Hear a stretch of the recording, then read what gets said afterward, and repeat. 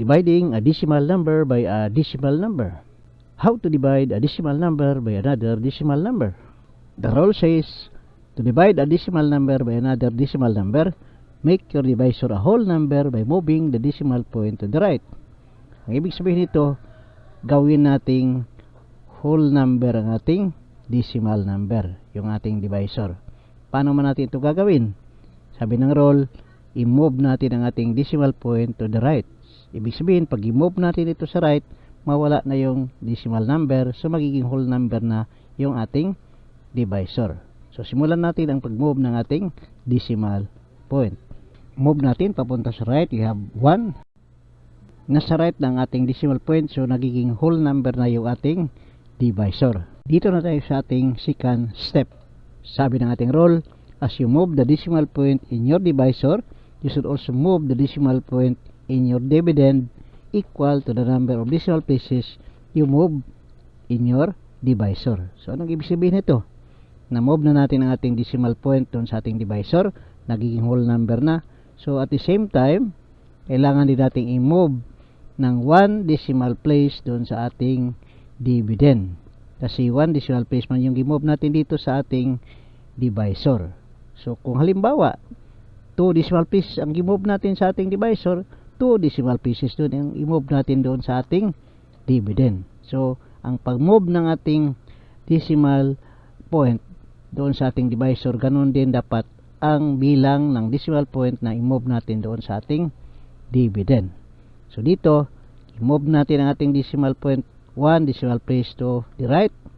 So, i-move din natin ang ating decimal point dito sa ating dividend 1 decimal place to the right. Na-move na natin ating decimal point doon sa ating dividend ng 1 decimal place.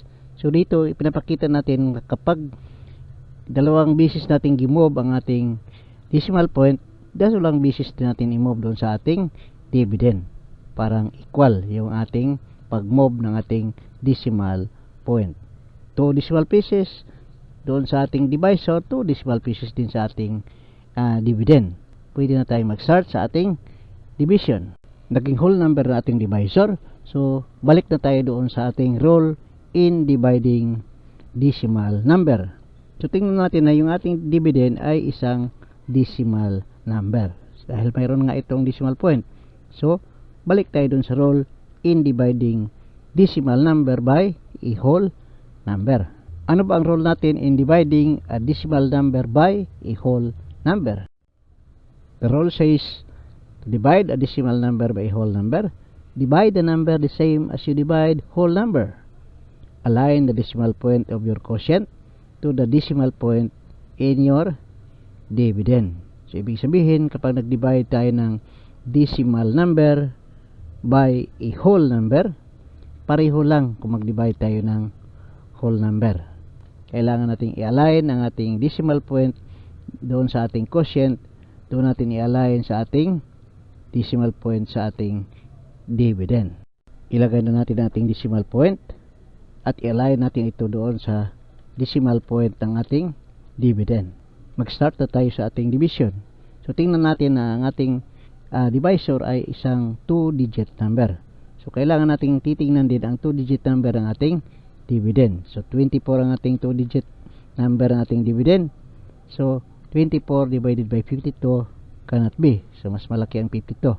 So, isama na natin ang 9. 249 divided by 52.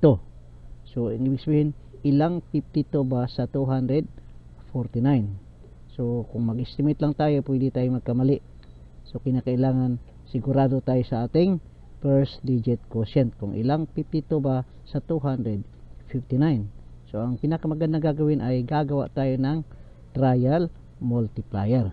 Start muna tayo sa 52 times 2. 104. So, kulang pa. So, increase natin 52 times 3 equals 156. Kulang pa rin. So, increase tayo. 52 times 4.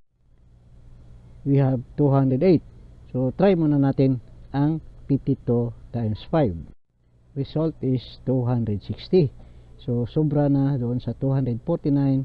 So, balik tayo sa 52 times 4. Our first digit quotient is 4.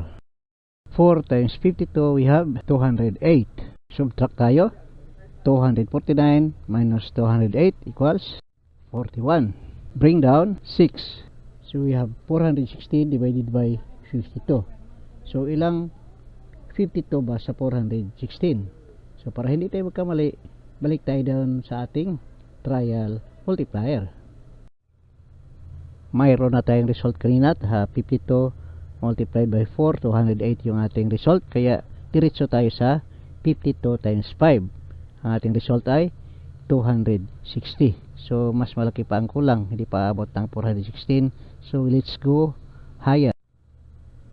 52 times 6, we have only 312. So kulang pa rin. So let's go higher. Let's go 52 times 7. Result is 364.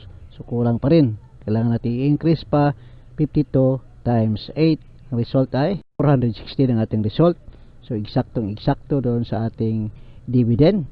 So ang ating second digit quotient ay 8. Multiply ulit natin. 8 times 52 equals 416.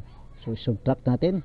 416 minus 416, we have 0. So tapos ng ating division. Ang ating answer ay 4 and 8 tenths. Huwag kalimutang tandaan, kapag nag-divide tayo ng decimal number by another decimal number, it as make our divisor a whole number. Gawin nating whole number ang ating divisor sa pamamagitan ng pag-move ng ating decimal point to the right. Kung ilang beses natin gi-move ang ating decimal point dun sa ating divisor, ganun din ang bilang ng decimal places nang i-move natin doon sa ating dividend.